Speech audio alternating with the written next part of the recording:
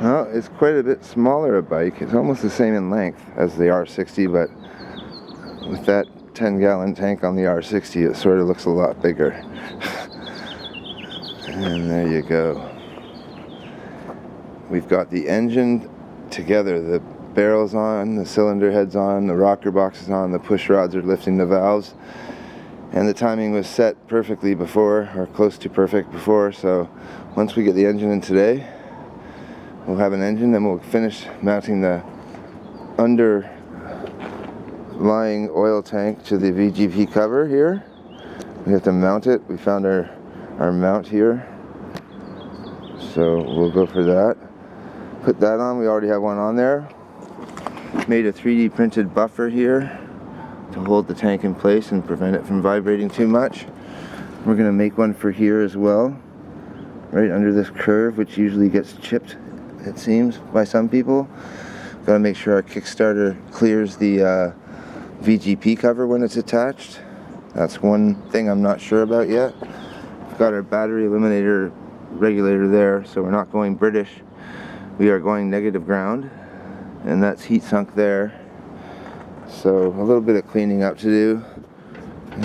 Cover the paint. These are the original cables that were working fine, so that's good. And that tire, I finally found the actual Metzler that I had for this bike.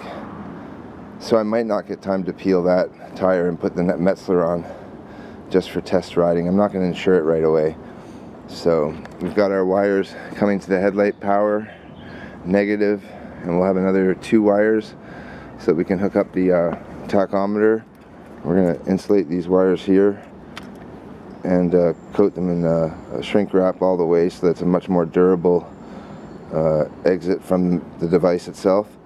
This will go to our points, the gray line. This will go off of our power in the switch in the headlight.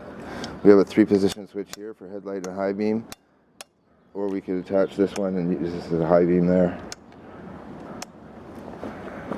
Flat bars that I had before seem to fit the best, so we're going to put those back on.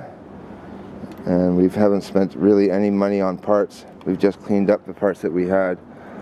So you can do it if you have a bike that you want to get fixed up, then take it apart and you'll be able to make it look a lot better. The rear chrome still a little bit okay on this tire, so I put this wheel on, or on this rim. And the front is the silver gunmetal treatment, which looks pretty good actually, and I haven't even cleaned it up yet, so that should be pretty neat. Anyways, have a good day, guys. I'm going to get on putting this engine in, get my engine bolts out, all nylock nut engine bolts, so that we don't have to worry about those loosening. And I'll have to find the spacer for here, because the spacer goes on this side of the engine usually, and we'll check chain alignment. Y'all have a good day. I'm going to start shrink wrapping this stuff. See ya.